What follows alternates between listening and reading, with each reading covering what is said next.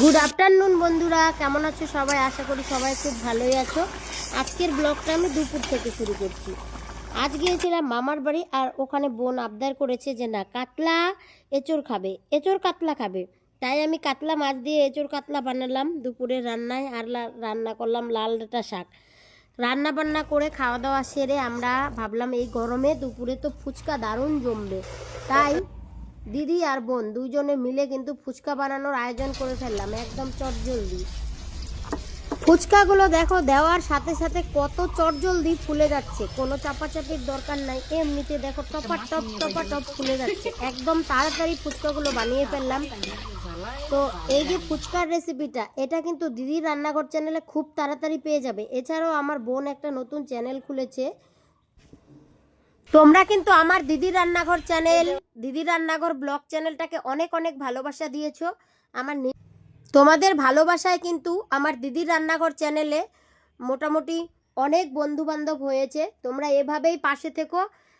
তোমাদের আশীর্বাদ, তোমাদের ভালোবাসা না পেলে কিন্তু কেউ কোনোদিন বড় হতে পারে না। আমার পাশে তো আছোই।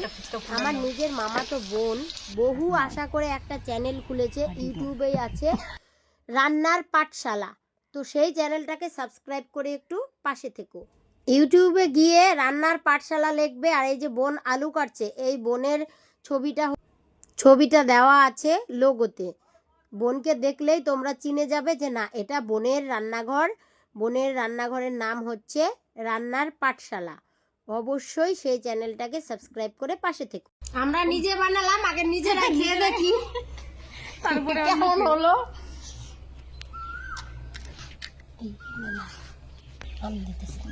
দুকার সাথে পরিবেশন করে নিচ্ছি, আগে বোনকেই দিচ্ছি।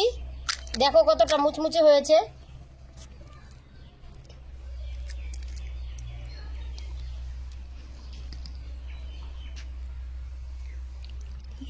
লঙ্কা দিল না, দিদি এত কষ্ট করছে, দিদি আগে টেস্ট করুক।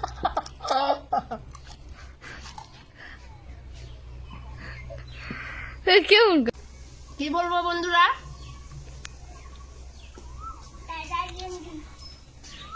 আপনি তাড়াতাড়ি বলেন। ফুচকা এমন একটা লোভনীয় খাবার, তার মধ্যে এই গরম, ও দারুন। আর সত্যি কথা বলতে কি, আমার কাছে সামনে না কোনো টক খাবার থাকলে কত করে খাবো সেটাই ইচ্ছা করে। তো ওই জন্য কথা বলার পরিস্থিতিতে আর ছিলাম না, শুধু টপাটপ খেয়ে যাচ্ছিলাম। দোকান থেকে ফুচকা কিনে খেতে গেলে 10 টাকার মাত্র 5টা ফুচকা দেয়, মনও ভরে না। ভাবি যদি আরেকটু টক জল হতো, আরেকটু বেশি ঝাল দাও এরকম বলি। আর আজকে বাড়িতে নিজের ইচ্ছা মতো বানিয়ে খেলাম, সবাই মিলে দারুণ আনন্দ করে খেলাম। তোমরাও যদি এই রেসিপিগুলো দেখতে চাও তাহলে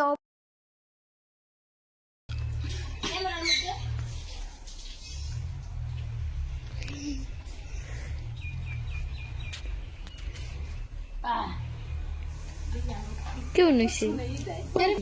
ভালো তো মিনা থাকে না গো, মিলারা দাও না লেগে।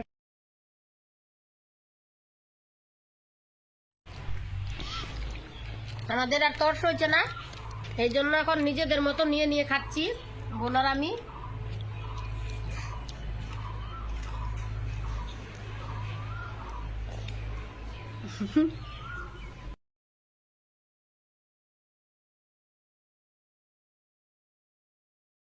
জলটা দারুণ হয়েছে।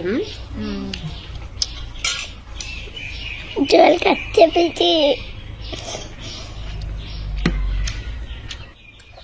তোমরাও যদি বাড়িতে কম পয়সা খরচ করে এভাবে সবাই আনন্দ করে মনের ইচ্ছা মতো ফুচকা খেতে চাও, তাহলে দিদি রান্নাঘর চ্যানেলটা অবশ্যই দেখতে পারো।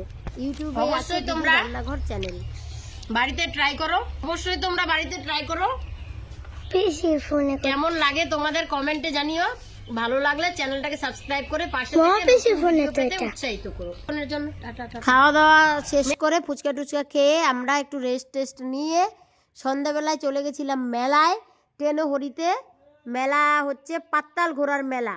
এই মেলার বৈশিষ্ট্য হলো, এই যে ঠাকুরগুলো দেখতে পাচ্ছ, এগুলো কিন্তু মাটির নিচ থেকে পাওয়া গেছে, পাথরের ঠাকুরগুলো। তাই এই মেলাটাকে অনেকে পাতাল ঘোড়ার মেলা বলে, কেউ কেউ পাথরের মেলা বলে। তো যাই হোক, এবার নিয়ে আমি 2 বছর এসেছি মেলাতে, 2 বছর এসেছিলাম, ভালো লেগেছে তাই এবারও এসেছি। ঠাকুরগুলো যখন কাছ থেকে দেখছিলাম মনটা ভরে গেছিলো, এত ভালো লাগছিল। মেলায় যেমন ভিড় তেমন ছিল, মেলার পরিবেশটাও খুব ভালো লাগছিল। এখানে প্রসাদ বিতরণের ব্যবস্থা ছিল, ফল প্রসাদ, খিচুড়ি প্রসাদ, প্রসাদও দিচ্ছিল।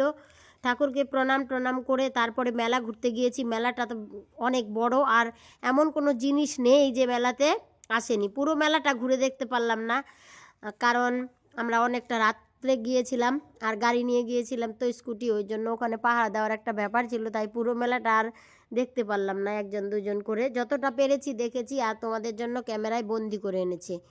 তো তোমরাও কিন্তু আসতে পারো টেনোহরিতে এই পাতাল ঘোড়ার মেলায়, দারুণ লাগবে তোমাদেরও। ঠাকুরগুলো দেখে মন ভরে যায়। ভগবান সকলের মঙ্গল করুক। সব মিলিয়ে আজকের দিনটা আমাদের দারুণ কেটেছে।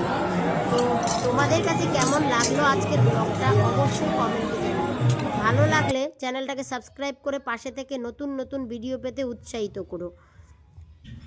এই মেলাটা কিন্তু নীল ষষ্ঠীর 2 দিন আগে হয়, চৈত্র মাসে শেষে আর কি, শেষের দিকে মেলাটা হয়। প্রতি বছরই হয়, বহু পুরনো এই মেলা। আমার জন্মের আগের থেকে এই মেলা হচ্ছে, কোনোবারও আসা হয় না। গত বছর এসেছিলাম, ভালো লেগেছে। মেলাতে এই যে বুড়ির চুলগুলো দেখে ছোটবেলার স্মৃতি মনে পড়ে যাচ্ছে। ছোটবেলায় কিন্তু বুড়ির চুল দারুণ পছন্দ। ভাবতাম সত্যি সত্যি বুঝি এগুলো বুড়ির চুল, কীভাবে বানাতো এটা মাথায় আসতো। আর এখন তো হচ্ছে বুঝতে পারি। আর এগুলো তো ছোটবেলার সবার পছন্দের। তো সব মিলিয়ে আজকের দিনটা আমাদের দারুণ ভালো লেগেছে। তোমাদের কাছে কেমন লাগলো এই মেলার পরিবেশ অবশ্যই কমেন্ট করো।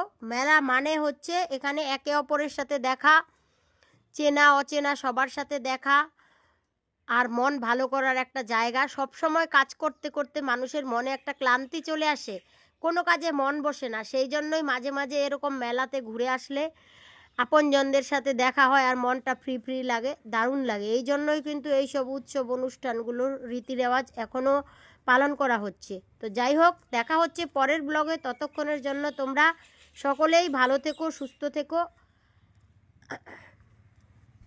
সব থেকে মজার ব্যাপার, মেলায় গিয়ে না এত এত জিনিস থাকা সত্ত্বেও আমার শুধু রান্নার জিনিসের প্রতি চোখ পড়েছে, যেমন ছাকনা, রান্নার সবজি কাটার জন্য ছুরি, বেলুন, এইসবের দিকে। আসলে যার মন যেদিকে যায়, রান্না বান্নার দিকে আমার একটু ঝোঁকটা ছোটোবেলা থেকেই বেশি।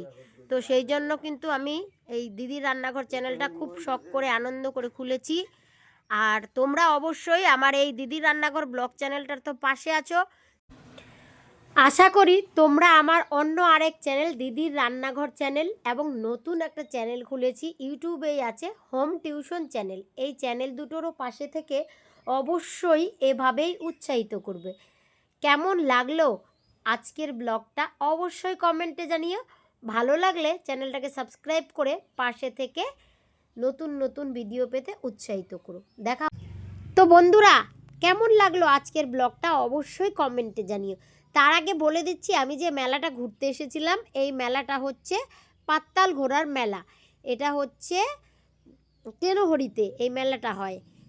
তো তোমরাও চাইলে কিন্তু এই মেলাতে অবশ্যই ঘুরতে আসতে পারো, দারুণ ভালো লাগে। তো আজ এখানেই থাক, দেখা হচ্ছে পরের ব্লগে।